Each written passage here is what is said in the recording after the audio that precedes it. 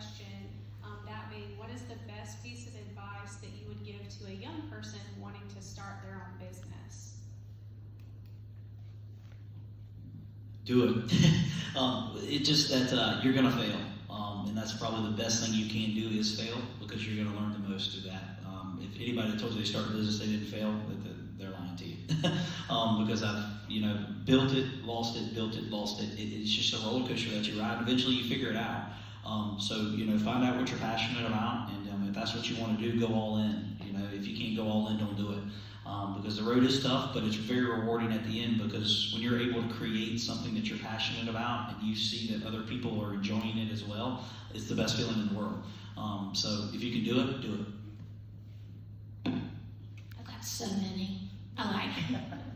Just like Alex said, don't be afraid to fail. If this is what you want to do, make sure that going into it that you can fail, whether that's your whole business tanking, or, sorry y'all, my voice is so hoarse, we had a market and 5 days of talking for like 12 hours a day. So I'm not sick, I've just lost my voice. But yes, don't be afraid to fail, whether that's your entire business tanking, or you're putting money into things like you've created something and it's not selling, or you've put a lot of money into like a new product line and it doesn't sell. Be okay, give yourself some grace, to say, you know what, and learn from it, like Alex was saying. Other things are, you have to be disciplined.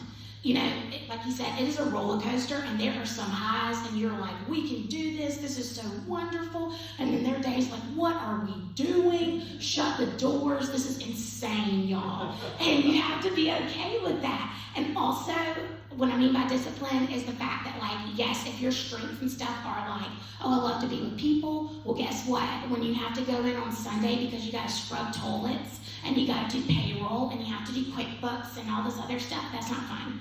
And you have to be disciplined enough to keep your business going. So make sure that when the fun runs out, you still stay disciplined to do what you got to do to keep your business in operation. Like I said, know your strengths and weaknesses. That is one of the biggest things that I learned in entrepreneurship emphasis, is that my strength is marketing and PR.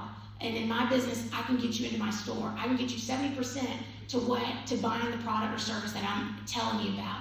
But I can't close the deal. I'm not good at sales. But my husband is. He's VP of sales. So my husband closes the deal. My dad's great at closing the deal.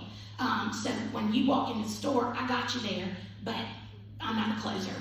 And my dad, so Thomas is great at sales. My dad is really great at strategy. So he's planning, looking ahead, forecasting, that kind of thing.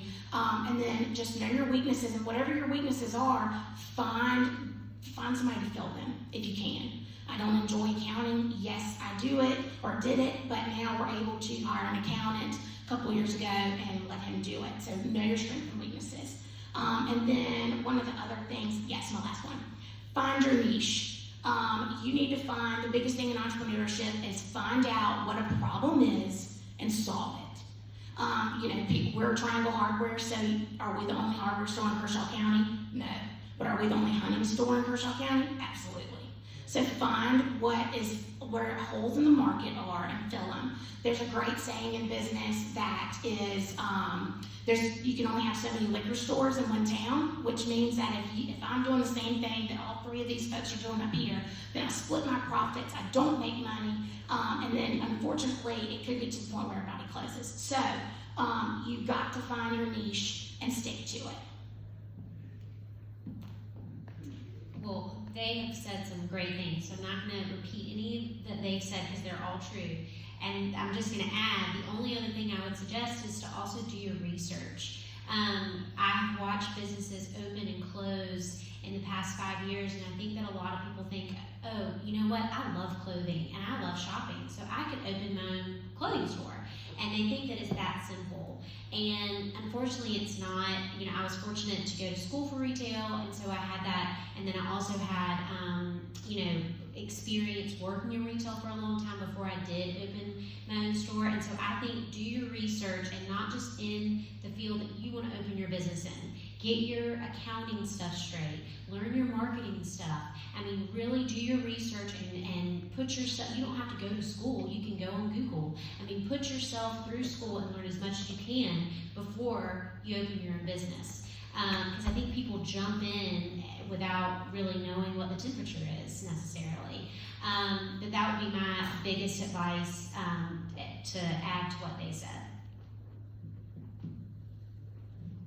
All right, well, piggybacking on everything that they've said, I would also include have an additional source of income when you first start. It's very stressful when you have to rely on starting your business, putting all your money back into your business, and still trying to, like Alex mentioned, you don't want to live out of your business account. Having an additional source of income, it might be a little bit stressful, but it'll ease a lot of burdens that you have, especially when it comes to insurance and all that good stuff. So you want to think about all that kind of stuff when you're starting your business.